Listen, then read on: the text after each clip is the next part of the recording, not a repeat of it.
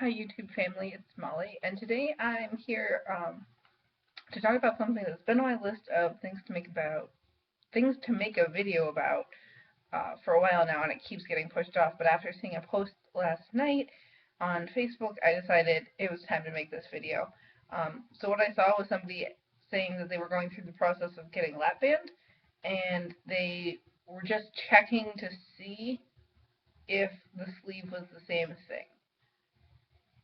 So yeah, that sparked my I need to go do my video on education.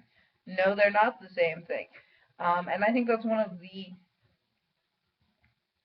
biggest things you have to know going into having weight loss surgery. And I'm going to try to keep this video not of things you should know before you have weight loss surgery, and just more about why I think you need to be educated before you have weight loss surgery.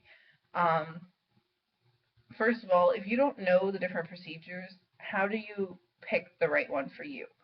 Um, there are definitely a lot of differences and similarities, but if you don't know what those things are, how in the world are you going to make the best decision for you? Um, I originally wanted lap band. Lap band is what made me start looking into weight loss surgery, but in the end, even though that was the reason I started looking into weight loss surgery, it is not the weight loss surgery that I had, because it wasn't right for me. It wasn't going to do what I needed it to do. Um, it was going to take too much maintenance for the amount of time I travel and constant fills. It just wasn't going to work for me. Um,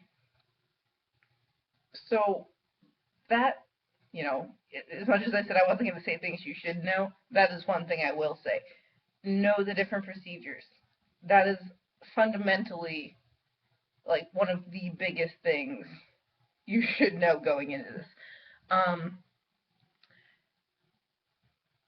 And the other reason I wanted to make this video was just things I see all the time, early pre-ops asking about when can I have carbonation again, how long do I have to take my vitamins, what vitamins should I take, when can I drink alcohol again.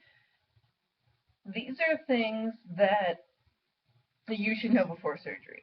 You should know just about all of the things with regards to your diet, how that's going to go down before you go into surgery.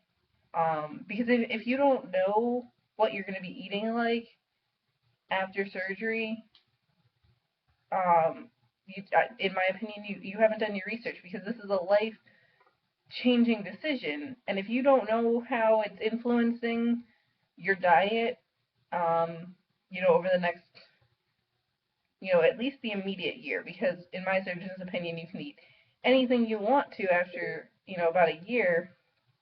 You just really shouldn't. And I haven't run into any food intolerances yet. So, that's whatever, however you want to take that. I can eat whatever I want.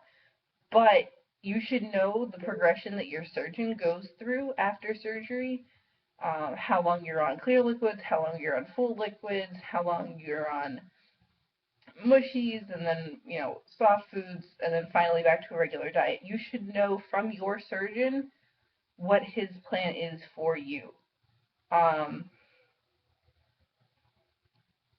Because they're all different. And asking on Facebook isn't going to get you an answer for what you want. But I think those are some fundamental things you need to know before you have surgery. Other things about, how long do I have to take my vitamins? What do I have to take? That's, again, things you have to learn from your surgeon, and things that I feel like you should know before surgery. If you don't know that, in my case, I have to take B12, D, calcium, and a multivitamin every day for the rest of my life, yeah, that's something I want to know. That's something that's changing my life for the rest of my life.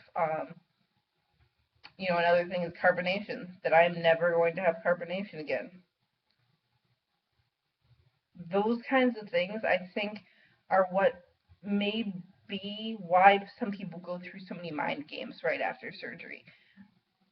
I really didn't go through the whole like food funeral that people talk about, or all of these different mind games. I have not had any of these things I hear about, and I honestly think that some of it comes because I did so much research before surgery, and I knew what my diet was going to look like. I knew, the vitamins. I knew the things that I was never going to be able to have again, and I started eliminating them from my diet when I could on my own before surgery, before I was forced to. Um, and I got myself in the right mindset of this surgery is for me and my health, and I shouldn't be asking, when can I eat a brownie again? When can I do this or that? I got this in the mindset of, this is for me and my health, and that at this point is number one. Um,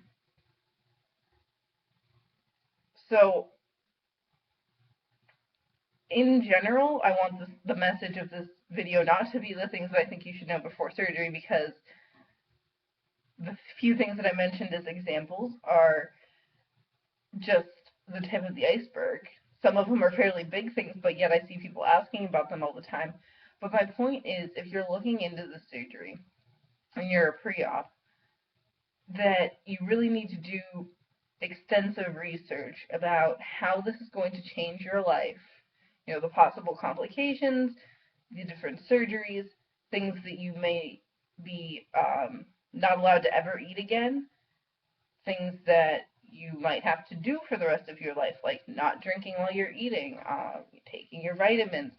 These are all things that really influence a lot of your life. A lot of our culture revolves around food. Knowing how your relationship with food is going to change is extremely important. So I'm hoping this is making sense, because I feel like I'm rambling. But long story short, when you feel like you've done enough research, you haven't. Keep doing more.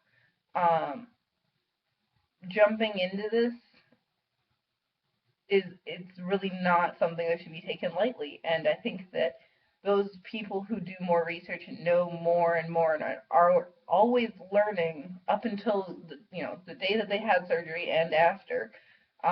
Those are the ones that don't go through as many mind games, don't have as many struggles, because they know what to expect, as well as you can predict how it's going to go. Obviously, everybody has a different journey.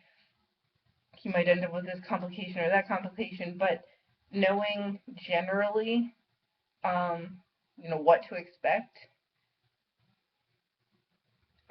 I personally think it really helps, and it's not a decision that you should go into not knowing these things. So that's my opinion for the day. I'm sorry if I offended anybody who, asked those kinds of questions right after surgery, because I'm sure there are people out there on my friends list who, are some of those people who said a week after surgery, when can I have carbonation again? I'm sorry if I offended you, but just for those people who are pre-op, go do your research. If you're watching videos, that is it's a fairly good step at research, seeing different people's journeys, but definitely also like actual scholarly articles about the surgery, about the different complications, the effects long term. All those kinds of things are just as important as seeing everybody else's individual journeys. So yeah, I guess that's my opinion for the day. Have a great day, guys, and I'll talk to you all soon.